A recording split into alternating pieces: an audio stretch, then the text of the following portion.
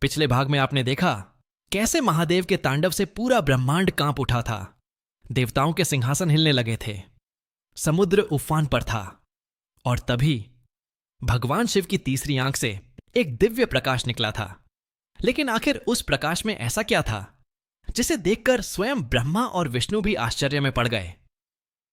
आज हम जानेंगे शिव तांडव का रहस्य पार्ट 2। महादेव का तांडव जारी था। उनके हर कदम से तीनों लोक कांप रहे थे। आकाश लाल हो चुका था, पर्वत टूटने लगे थे और डमरू की ध्वनि पूरे ब्रह्मांड में गूंज रही थी। तभी शिवजी की तीसरी आंख से निकला वह दिव्य प्रकाश धीरे धीरे पूरे आकाश में फैलने लगा। वह प्रकाश साधारण नहीं था, उसके अंदर अनगिनत आकाश गंगाएं दिखाई दे रही थीं। ऐसा लग रहा था मानो पूरा ब्रह्मांड महादेव की चेतना के अंदर समाया हुआ हो। देवता भय और आश्चर्य से कांप उठे। इंद्र ने भगवान विष्णु से पूछा, हे नारायण, क्या यह प्रलय का संकेत है? तब भगवान विष्णु मुस्कुराए और बोले, नहीं इंद्र, यह अंत नहीं बल्कि एक नए परिवर्तन की शुरुआत है। देवता आश्चर्य में पड़ गए। विष्णु जी बोले, जब संसार में अधर्म बढ़ जाता है, जब मनुष्य अहंकार में डूब जाता है, तब महादेव तांडव करते हैं। उनका तांडव विनाश नहीं बल्कि संतुलन स्थापित करने का माध्यम है। अब महादेव का स्वरूप और भी विराट होने लगा। उनकी जटाएं पूरे आकाश में फैल गईं। उनकी आंखों में करोड़ों सूर्यों का तेज दिखाई दे रहा था। डमरू की ध्वनि इतनी प्रचंड हो चुकी थी कि समय तक कांपने लगा। ऋषि मुनि ध्यान में चले गए।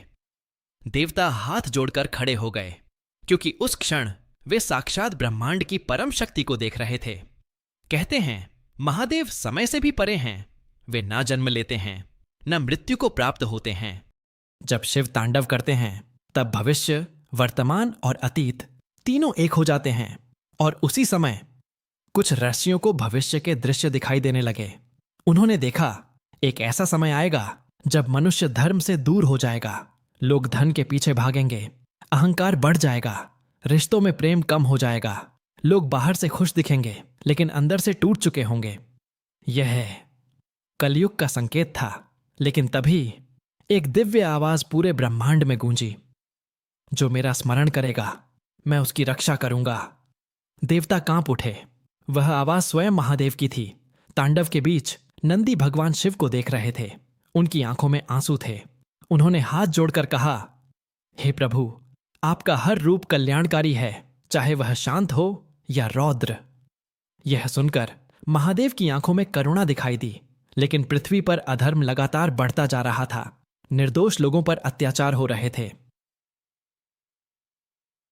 ऋषियों की तपस्या भंग की जा रही थी। तब पृथ्वी माता रो पड़ी। उन्होंने कहा, हे महादेव, अब धर्म की रक्षा कौन करेगा? तभी महादेव के तांडव की गति और तेज हो गई। उनके हर कदम से अधर्म की शक्तियां कांपने लगीं। दोस्तों, बहुत लोग सोचते हैं कि शिव का तांडव केवल विनाश है, लेकिन सच्चाई कुछ और है। पुराना टूटे बिना नया निर्माण नहीं हो सकता। जैसे बीज मिट्टी में दबकर एक विशाल वृक्ष बनता है, वैसे ही जीवन में भी पुरानी बुराइयों का अंत जरूरी है। महादेव का तांडव यही सिखाता है, अपने भीतर के क्रोध, अहंकार और लोभ को समाप्त करो। अब देवताओं का भय बढ़ता जा रहा था। तब माता पार्वती आगे बढ़ीं। उन्होंने अपना दिव्य शक्ति रूप धारण किया। उनके शरीर से अद्भुत प्रकाश निकल रहा था। उन्होंने महादेव के सामने खड़े होकर कहा, प्रभु, संसार को संतुलन की आवश्यकता है। कुछ क्षणों के लिए महादेव का तांडव धीमा पड़ गया और उसी क्षण पूरा ब्रह्मांड शांत हो गया। तभी शिवजी ने अपने डमरू को और तेज गति से बजाना शुरू किया। उस ध्वनि से दिव्य ऊर्जा की लहरें निकलने लगीं। ऋषियों ने ध्यान में देखा, इन्हीं ध्वनियों से वेदों का ज्ञान उत्पन्न हो रहा है।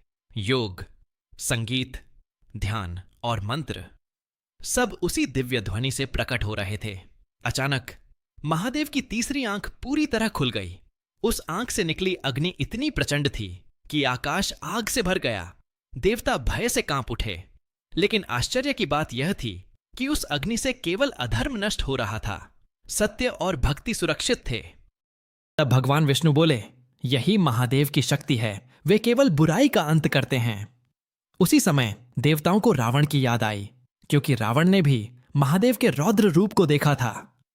जब वह कैलाश पर्वत के नीचे दबा था, तब उसे समझ आया, अहंकार चाहे कितना भी बड़ा क्यों ना हो, महादेव के सामने उसका कोई अस्तित्व नहीं।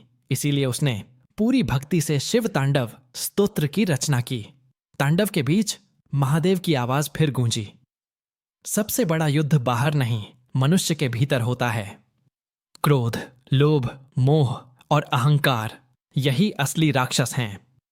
जो इन्हें जीत लेता है वही मेरा सच्चा भक्त है। ऋषियों ने समझ लिया, महादेव संसार को आध्यात्मिक ज्ञान दे रहे हैं। अब तांडव इतना प्रचंड हो चुका था कि देवताओं ने हाथ जोड़ लिए।